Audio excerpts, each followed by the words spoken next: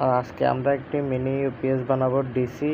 তো এটি 9 ভোল্ট এবং কি 12 ভোল্টের। এটিকে আমরা কারেন্ট থাকলে কারেন্ট থেকে চলবে এবং কি কারেন্ট চলে গেলে ব্যাটারি থেকে চলবে অটোমেটিকলি। তো ওই রকম সিস্টেমে আমরা এটিকে বানাবো। আর আমরা এটিতে একটি অটোকাট সার্কিট লাগাবো, মানে আমরা অটোকাট সার্কিটটিও নিজে তৈরি করে লাগাবো রিলে দিয়ে। কারণ কন্টিনিউ যখন একটি বিএমএসের মধ্যে চার্জিং যেতে থাকবে তখন কিন্তু বিএমএসটি নষ্ট হয়ে যায়।